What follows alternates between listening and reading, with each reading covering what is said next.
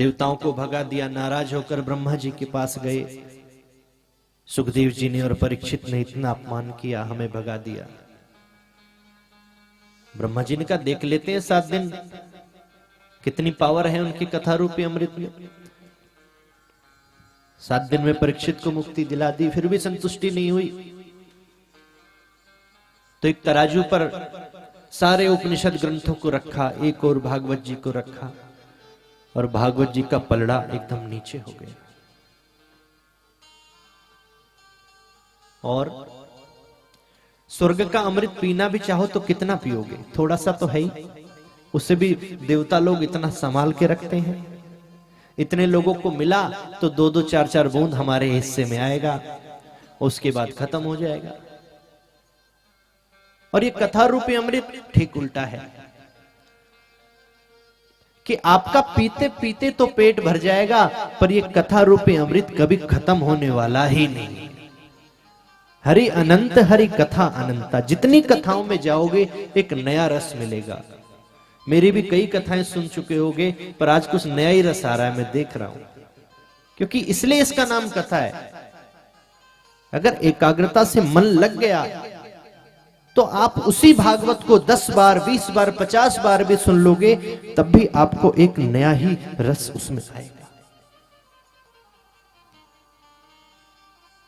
और 7 दिन की हम इस कथा को अगर अपने जीवन में उतार लें तो मृत्यु सुधरना तो निश्चित है।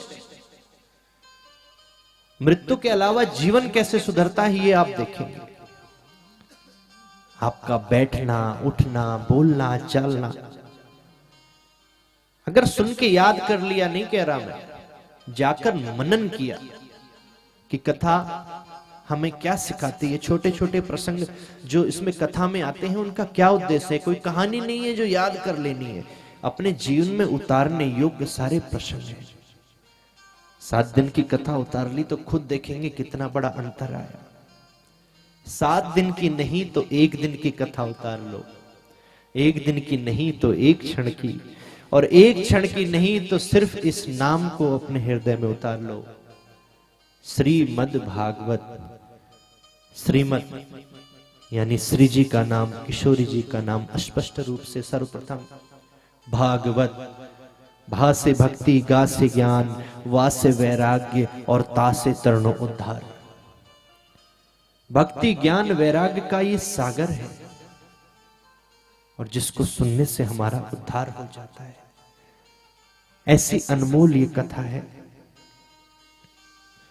बस कुछ बातों का इस कथा को सुनने में हमें ध्यान रखना चाहिए कि सबसे पहली बात तो है भागवत का स्थान ऐसा होना चाहिए कि जहां हमारे मन को शांति मिले। सड़क का हॉर्न हमें ना सुनाई दे, इधर उधर की वस्तुएं ना दिखें, सीधा व्यास जी के मुख और भागवत जी में हमारी नेत्रें बन जाएं, और व्यास जी के मुख से हमारे कान अटैच हो जाएं। दूसरी बात है भागवत का ज्ञान। हमें इस कथा को बहुत ही ज्ञान पूर्वक होकर सुनना चाहिए। तीसरी बात है भागवत जी का गान। सुंदर सुंदर जब बीच में भजन होते हैं, कीर्तन होते हैं, तो दोनों हाथ उठाकर झूमते हुए हमें इसका आनंद लेना चाहिए। और सबसे अंतिम बात है आपके कान, कि कान सीधे व्यास जी के मुख से अटैच हो जाएं, और नेत्र जो है वो श्रीमद् भागवत जी से। क्योंकि ये कोई पुस्तक नहीं है, कोई किताब नहीं है, कोई पोथी नहीं है। कलयुग में स्वयं कृष्ण ही भागवत के रूप में हमारे बीच में विराजमान है, स्वयं शिव ही हमारे बीच में विराजमान है, स्वयं राम ही हमारे बीच में विराजमान है। ये 7 दिन में आप जानेंगे।